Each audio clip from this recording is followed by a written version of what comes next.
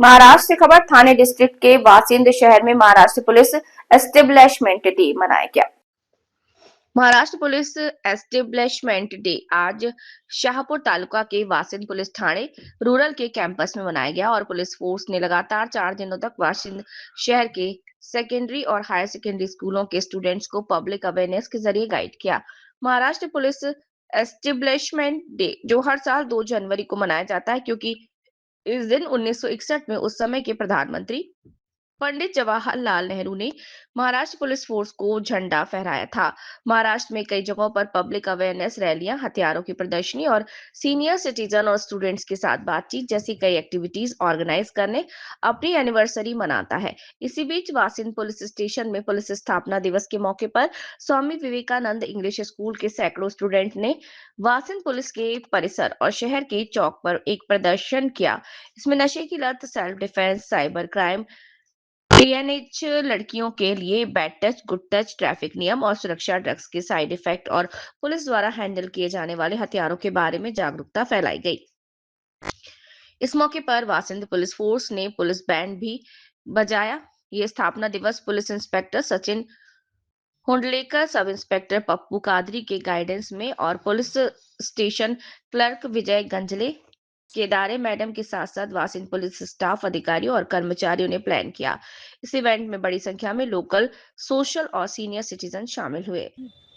पण ती तक्रार मनात ठेवून घाबरून पुढून असा दिवस काढू नका आणि त्याच्यानंतर मग वेगळं काहीतरी त्याचा परिणाम होतो। तुमची तक्रार काय आहे हे तुम्ही सांगितल्याशिवाय मला कळणार आहे का? नाही, प्रथम तुमचं काम आहे तुमच्या आई वडिलांना सांगणं, नंतर शिक्षकांना सांगणं, नंतर आमच्याकडे येणं। पण तसं तुम्हाला असं वाटत असेल नाही बाबा आई वडिलांना सांगून ते सॉल्व्ह होणार नाहीये, घरातलीच व्यक्ती आहे किंवा शिक्षकांना सांगून आमच्या शाळेतलीच व्यक्ती आहे, असं काही अडचण असेल तर तुम्ही पोलीस पक्षाच्या आतील लहान मुलांच्या काही तक्रारी असतील तर त्या गोपनीय ठेवायच्या। फक्त जी व्यक्ती तुम्हाला त्रास देते तिला बोलवून आम्ही समज देऊ। तुमच्या समवयस्कर असेल तरी त्याला आम्ही सांगू। समजलं का सगळ्यांना? तुमच्या शाळेत तक्रार पेटी असेलच ना? नाही, जर तुम्हाला माझ्याकडे यायला अडचण असेल तर तक्रार पेटीत टाका। मी प्रत्येक सोमवारी येऊन ती तक्रार पेटी तुमची चेक करेन, जर तुम्हाला इथपर्यंत यायचं नसेल तर। घाबरायचं नाही हा।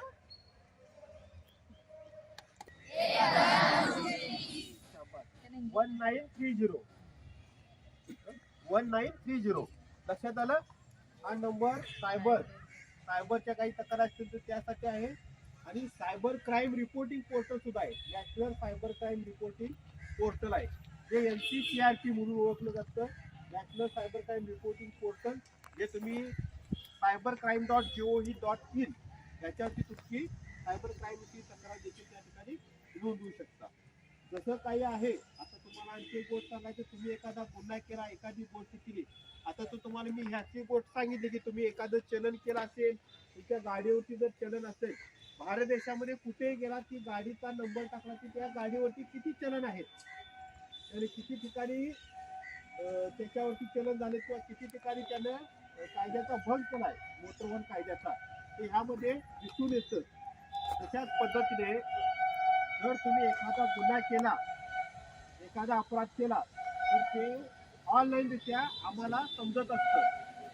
भारत देशामध्ये तुम्ही कुठेही केला गुन्हा तरी तो गुन्हा आम्हाला ऑनलाईनरित्या सगळीकडे समजत असतो। आणि याचा तोटा असा होतो, ज्यावेळी तुम्हाला नोकरीला 7.62 mm DSLR आहे।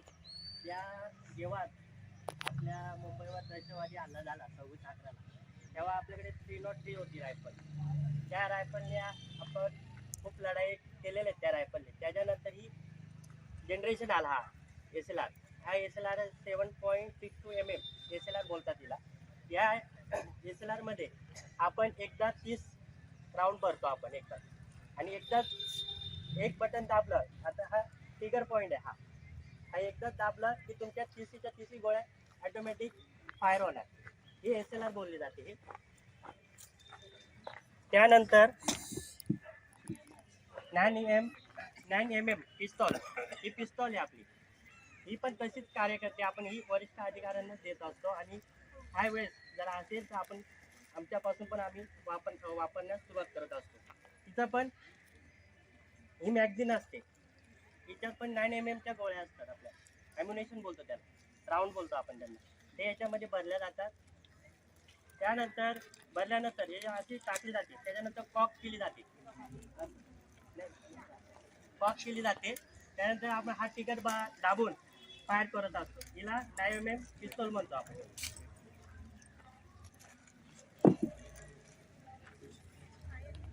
ही 9 mm कार्बाईड ही तुम्ही बघितली असेल पहिले. त्या पिक्चरमध्ये पण ही खूप फेमस होती आपल्याकडे रायफल जी पहिले. कारण कुठे VIP असेल कोणी असेल तेव्हा ही आपण पिक्चरमध्ये बघितली असेल. हिरोच्या बॉडीगार्ड येते असेल तेव्हा ही अशीच असते अशी, जेणेकरून ती तिचं पण सेल्फ डिफेन्ससाठी वापर केला जातो आपण. ही पण 9 mm कार्बाईड आहे.